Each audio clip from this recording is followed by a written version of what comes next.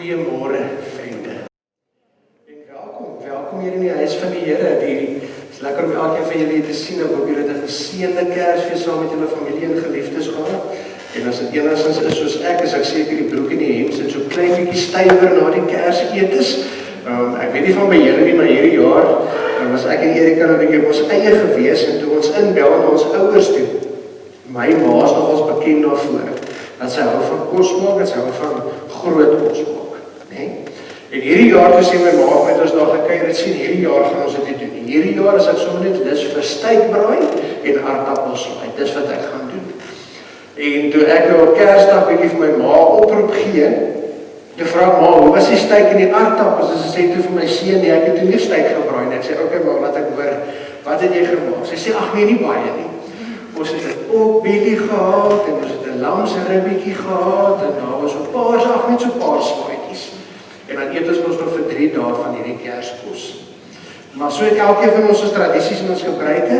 En ek hoop dat dit vir julle saam met julle geliefdes, waar julle as geliefdes bymekaar kom wees, 'n baie geseënde dag was. En as julle soos ons nou hierdie jaar 'n bietjie afgesonder was van geliefdes, mag dit nog steeds vir julle 'n wonderlike dag wees. Dit vol vreugde en hoop, so wat ons gehoor het tydens die Kersdiens dan ook. Ons het vanoggend so klein bietjie tegniese probleme, wat nie vir ons vanoggend hier is te veel affekteer nie, maar wel vir die van ons wat by die huis beluister. Ons grootste probleem is, ons gaan nie op die skerm die woorde kan volg nie, so ek gaan maar vir ons lees, en vir ons voorgaan hiervan voor. Ons maak die beste daarvan dan ook, en ons vertrou dat in spite van tegnologie ons nog steeds 'n besondere ontmoeting met die Here vanoggend sal hê. John, dankie vir julle wat altyd daar agter stoei, ons waardeer dit en seën vir julle dan ook. Dan dis amper nou tyd, ek het nou teruggekom, maar dis amper tyd vir julle 'n bietjie te gaan breek. My wens vir jou en vir jou gesin is ook dat julle 'n goeie rus kan sal hê. Gaan rus, sit af van selfoon en alles. Jy gaan ontspan en gaan wees bietjie mense en ek hoop julle mag bietjie weggaan en dat dinge so gaan wees dat julle lekker kan op vakansie. En seën vir julle ook vorentoe.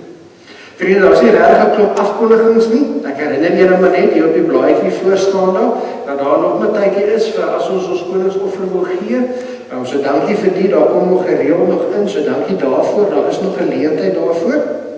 En dan so wat ons gebruik is, gaan ons na die diens, as ons by die deure uitstap, sal ons geleentheid gee vir ons erediens kollekte, om daarin gedien te word. Kom ons sit so, en dan word ons 'n paar oomblikke stil, en ons stel ons gedagtes in, op die feit dat alhoewel ons bietjie minder is as gewoonlik, en alhoewel ons nog steeds met ons maskers aan moet sit, dat ons hier is in die teenwoordigheid van ons almagtige God en Hemelse Vader. En dat hierdie heilige grond is waarop ons nou staan. Ons wil nou ons skoene uittrek. En dis heilige ontmoeting wat ons vanoggend hier gaan hê. Kom ons word so 'n paar oomblikke stil. Haal lekker diep asem, word rustig, en raak ons net bewus van die Here se teenwoordigheid hier by ons.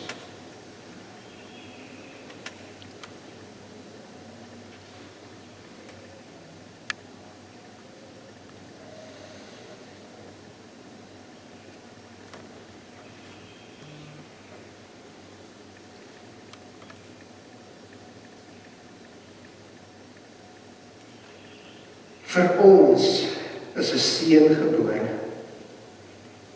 Aan ons is 'n seun gegee. Hy sal heers en hy sal genoem word wonderbare raadsman, magtige God, ewige Vader, vredevors. Liewe gemeente vriende, ek groet jou vanoggend in die naam van hierdie wonderlike God en Hemelse Vader, ons Here Jesus Christus, die Heilige Gees, wat vir ons sy vrede en sy liefde en sy genade omgee. Amen. Nou vriende, ons gaan bietjie op ons voete dink voor ek ons saam sing. Johnny, ons gaan nog hele ruk op die skerm nou hê nie.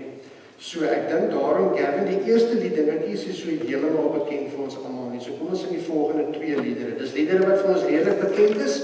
Bring lof aan die Vader en net daarna heilig, heilig, heilig. Ons ken dit redelik goed. Ek sal vir ons voorgaan dan ook en kom ons staan en dan loof en prys ons die Here se naam, hierdie woorde wat in ons harte dan ook saamleef.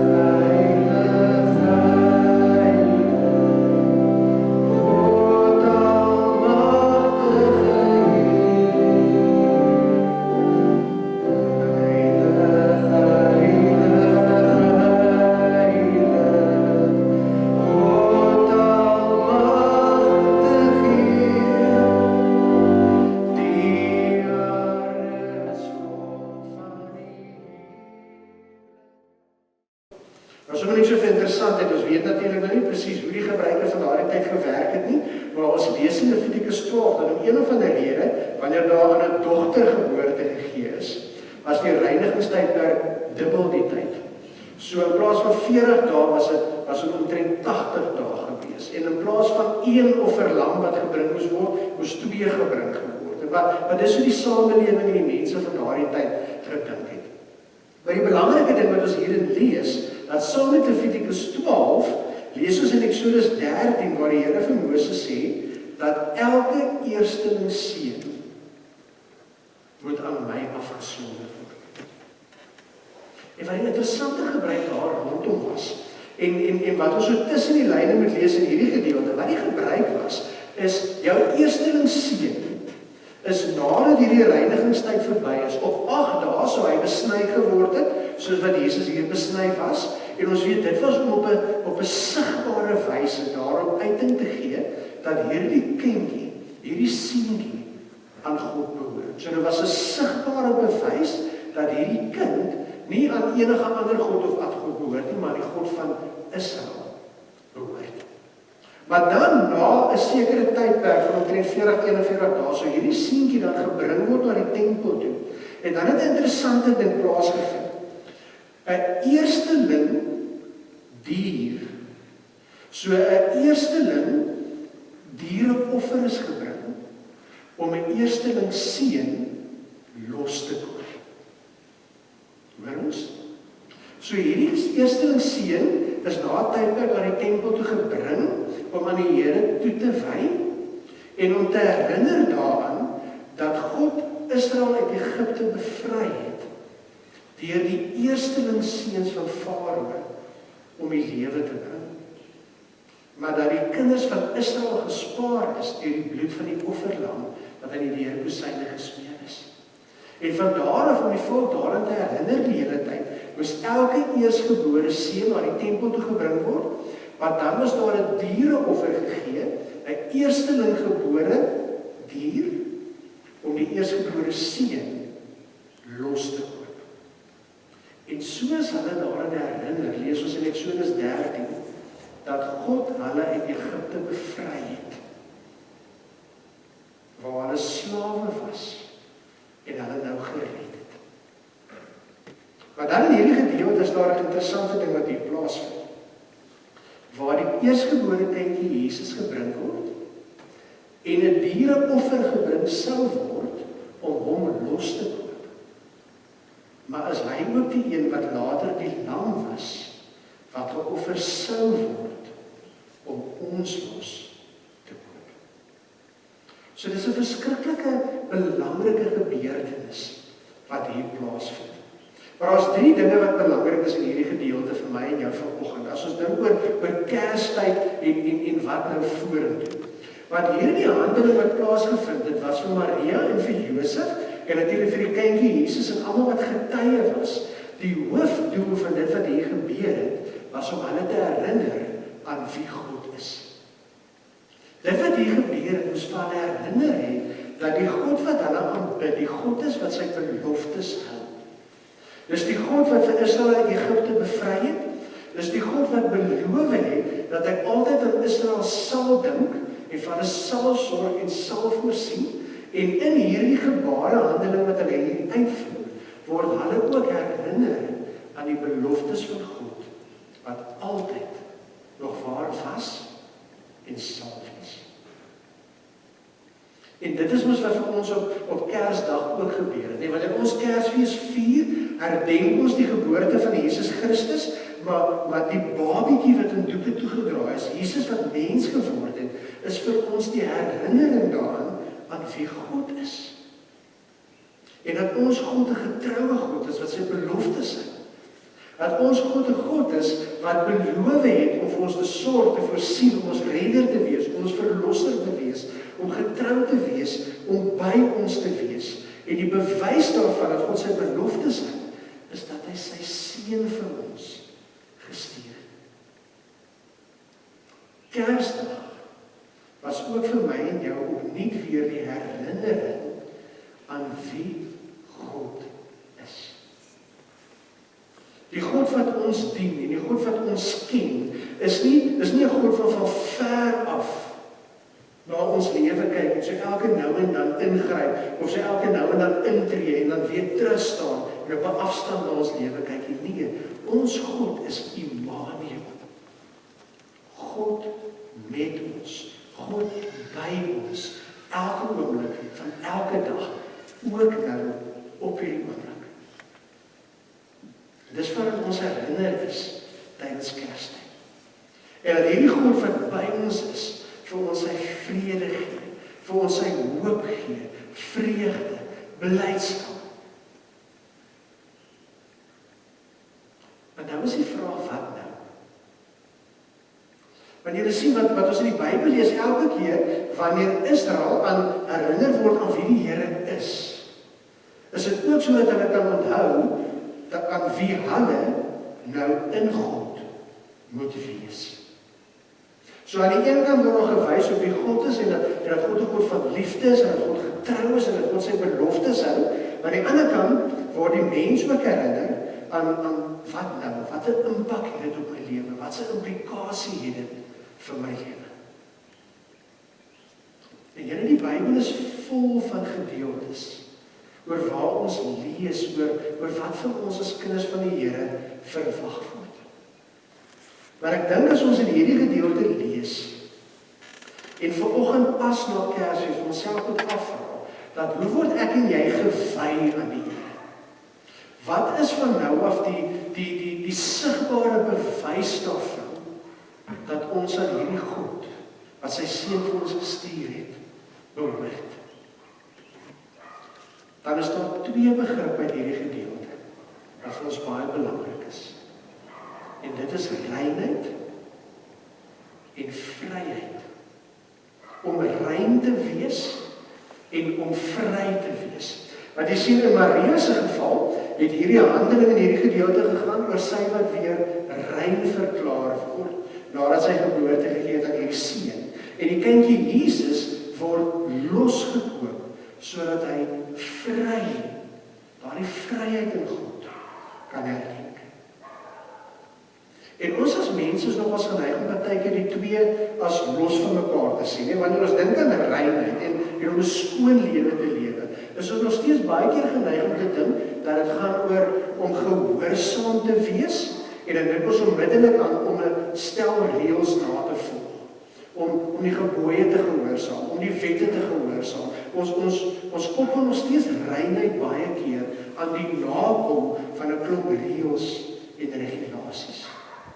En hoe meer wette en gebooie ek gehoorsaam, hoe reiner is ek, maar hoe meer ek tekort skiet, hoe meer onrein is ek. En die woord vryheid, alhoewel die Bybel dit op 'n baie positiewe manier bedoel, het partykeer vir ons ook 'n negatiewe konnotasie gekry, nie? Want in die tye waarin ons lewe, wil dit partykeer vir ons voorkom asof om vry te wees juist die teenoorgestelde is.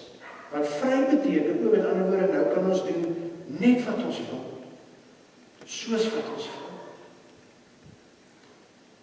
En kom ons wees eerlik in die tyd van ons lewe en met dit wat ons in die koerante lees en dit wat baie keer rondom ons afspeel, voel dit baie keer vir ons asof daar tot so 'n mate vandag op vryheid gefokus word, dat die reinheid gemis word.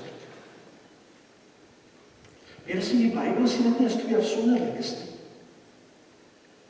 As ons die Bybelse gedeelte lees en ons verstaan wat Jesus vir ons kom doen het, dan besef ons dat Jesus het ons kom vry maak, sodat ons waarlik rein kan wees.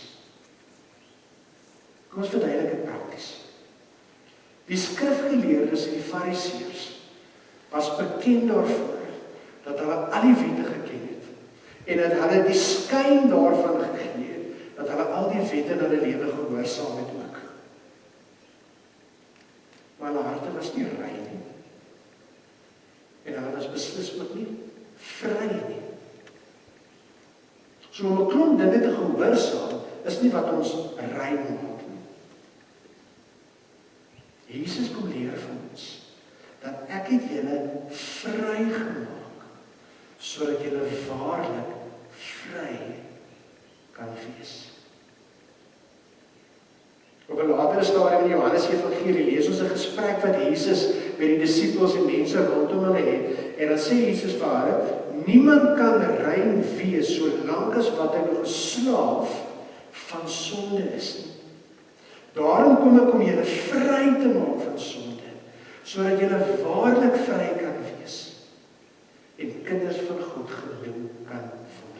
Jy sien, Jesus het ons kom vry maak, sodat ons nadat ons vrygemaak is, vrygemaak van die houvas van sonde op ons lewe, vrygemaak van dit wat ons verhinder om die mense te wees wat God wil hê ons moet wees, vry om in 'n verhouding met God te lewe, waarlik rein kan wees. En hierdie kindjie wat in doeke toegedraai is, word die een wat ons vry maak van al die vereistes en die wet en die reëls en die regulasies en al die dinge wat ons moet nakom, om in 'n lewende verhouding met God te lewe. En julle, dan gebeur 'n interessante ding. Die oomblik wanneer ek in 'n lewende verhouding met God lewe, 'n verhouding wat nie gebaseer is op vrees en straf en skuldgevoel nie, maar 'n liefdesverhouding waar ek in 'n verhouding met God lewe en God se hart leer ken, gebeur 'n interessante ding. Al die reëls en die wette en die regulasies en die waardes wat ons in hierdie woord leer, staan nie meer net op papier en ek moet dit memoriseer nie. Maar vanuit 'n verhouding met die Here begin dit leef in my hart. En begin my hart soek na God se wil vir my lewe. Begin my hart soek na die voorbeeld wat Jesus vir ons kom stel het en begin die waarheid van God se wil natuurlik lewe in my en deur my. Want jy sien, die oomblik wanneer ek lewe in 'n verhouding met die Here, die oomblik wanneer ek regtig die Here die middelpunt van my lewe maak, die oomblik wanneer ek tot so 'n mate in 'n verhouding met die Here lewe, dat ek soos Dawid kan sê, dat daar is niks in hierdie lewe wat vir my meer beteken as U nie. Of soos Paulus kan sê, maar nou is dit nie meer ek wat lewe nie, maar Christus wat in my lewe. So wat Jesus vir ons geleer het, die oomblik wanneer ek kan sê, ek soek nie meer my eie koninkryk nie, maar allereers die koninkryk van God. Dan begin my hart, en my lewe, en my hande, en my voete, en my woorde, en my gedagtes, lyk, en beweeg, en klink, soos Jesus ons geleer het, dit moet wees. Vriende, julle sien dit help nie ons herdenk elke keer op Kersfees. Hoop, vrede, genade, dankbaarheid, vreugde en al die woorde wat ons hierdie afgelope tyd aan gedink het. Maar ek het nie hoop nie. En ek het nie vreugde nie. En ek deel nie ook genade uit nie. Of ek is nie dankbaar vir alles wat ek in my lewe het nie. Nee, dit wat ons aan Kersfees en aan Kerstyd onthou wie God is, moet ons lewens so verander, dat dit raak wie ons is. Ons hoef nie meer al die reinigingswette te gehoorsaam, soos wat Maria en Josef moes gedoen het. En Levitikus memoriseer en elke dag van ons lewe probeer om al daardie dinge na te kom, sodat ons waarlik rein kan wees. Ons hoef nie meer vandag om ons seentjies op die afste dag te besny nie. Maar dit beteken nie dat daar nie 'n sigbare bewys moet wees van aan wie ons behoort nie. Ook ons moet, soos wat in hierdie verhaal gebeur word, nou in die na-Kersfeestyd op net weer vir onsself afvra, maar hoe word ek aan die Here toegewy? Hoe gee ek myself aan die Here? Hoe sonder ek myself vir die Here af?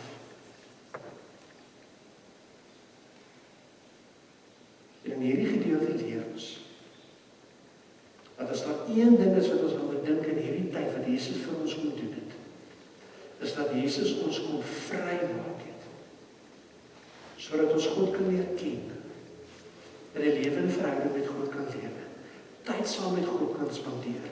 Ons kan enige oomblik van enige dag met die Here gesels en weet hy luister. Ons kan weet die Here is by ons elke oomblik van elke dag. Ons is vrygemaak van die houvas van sonde op ons lewe. Ek is vrygemaak van die houvas van bekommernisse op ons lewe. Ek is vrygemaak om waarlik vry te wees, sodat ek God kan leer ken en kan wees en word soos wat Jesus se voorbeeld vir ons kom wys.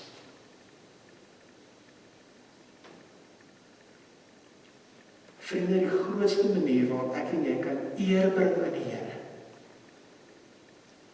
is om dit wat ons gaan nou as slotlied saam sing, lied 184, lofsing die Here. Gavin, ek dink ek gaan daar by jou kom staan dat ek die woorde ook kan sien, en dan sing ons hierdie lied saam tot eer van die Here, en dan bly ons so staan vir die uitspreek van die seën na afloop van die diens.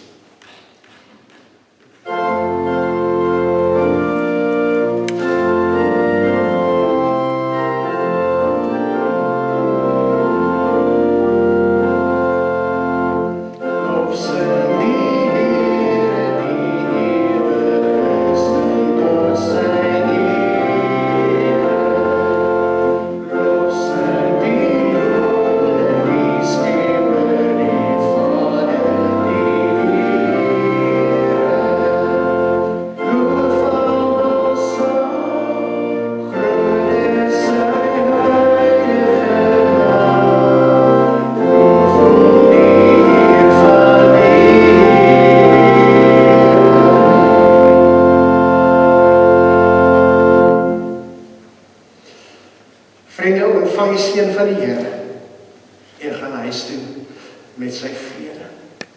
Mag die genade van ons Here Jesus Christus en die liefde van God die Vader en die gemeenskap en die krag van die Heilige Gees met jou wees en bly elke oomblik van elke dag. Wees vry en gaan lewe tot eer van die Here.